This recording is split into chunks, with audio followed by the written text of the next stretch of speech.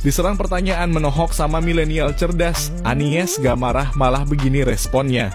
Untuk memenangkan kontestasi ini mungkin harus ngelakuin hal-hal yang dilematis secara etis. Misalnya berkoalisi atau berteman sama grup tertentu karena masanya besar tapi mungkin mereka itu value-nya bertentangan. Terus habis itu mungkin berbagi-bagi atau goreng isu-isu sara karena itu populer di masyarakat.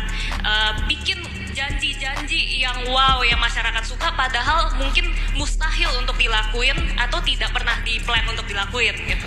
Dan waktu mungkin setelah menang, governing pun itu kan banyak kompromi yang harus dilakukan untuk supaya mungkin tujuan itu bisa tercapai. Misalnya milih menterinya siapa? Apakah yang paling kompeten yang ditaruh atau harus ada titipan gitu kan? Apakah harus merem-merem dikit ke kasus korupsi kelompok tertentu? Kita hidup dalam kenyataan dan tidak hidup dalam idealita. Jadi dalam mengambil keputusan, kita akan punya, kalau saya boleh sederhanakan nih, ada kuadran, 4 kuadran nih. Garis vertikal dan garis horizontal. Jadi 4 kuadran. Ini yang vertikal, yang atas itu benar, salah. Ini value. Oke. Kemudian yang horizontal itu baik, buruk. Ini konsekuensi. Oke. Kita seringkali hanya mau di satu kuadran, benar dan baik. Oke. Benar secara prinsip, baik secara konsekuensi. Dalam hidup, jangankan urusan negara, suami istri aja kita akan ketemu dengan situasi nggak mungkin dalam satu kuadran itu saja, bukan? Jadi apa yang terjadi? Kita mungkin berada di kuadran kedua, mengerjakan yang benar tapi konsekuensinya tidak baik, atau tidak boleh adalah yang di kuadran bawah nih, sudah tidak benar, buruk pula konsekuensinya. Oke? That's life. Nah, yang baik dan benar nggak ada perdebatan.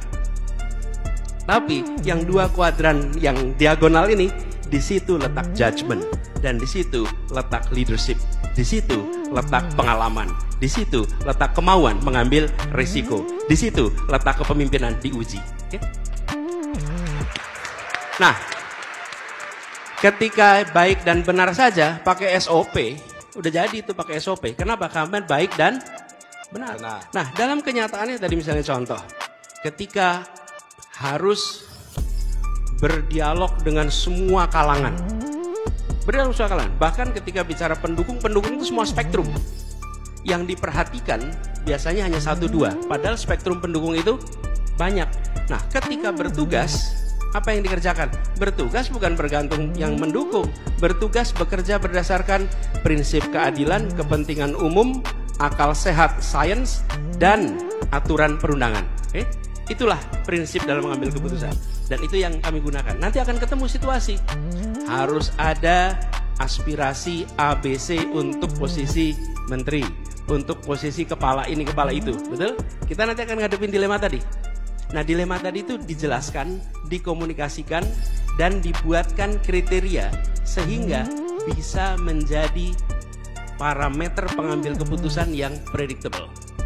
Jadi, Miguel, kita tidak berada dalam situasi hanya ambil idealita aja. Kebanyakan dari kita maunya yang baik dan benar aja tuh. Padahal dalam hidup gak mungkin hanya baik dan benar. Bahkan dilema paling sederhana gini. Jalan Sudirman itu satu arah. Satu arah.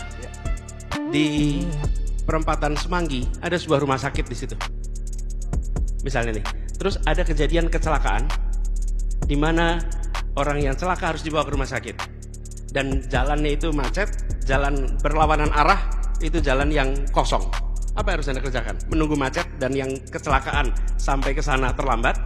Atau Anda ambil jalur yang berbeda, salah secara prinsip, tapi baik secara manfaat? Anda ambil keputusan itu. Saya ambil jalan yang melawan dengan arus karena saya mau menyelamatkan orang yang kecelakaan supaya cepat sampai ke rumah sakit. That's judgment. Ya, bagus sekali poin. Dan jangan cepat-cepat.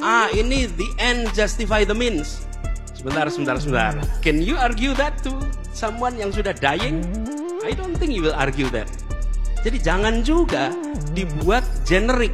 The ends justify the means. Lah kalau ends-nya menyelamatkan nyawa, let's do it. Kebayang ya? Nah, inilah letak judgment. Jadi saya pegang ada 4 kuadran. Yang kuadran pertama itu paling ideal. Yang kuadran di ujung diagonalnya dihindari. Yang 2 itu gunakan judgment. Dan itulah kenapa harus ada leadership. That's the answer. Tepuk tangan dulu. Tepuk tangan sekali. Bagus banget.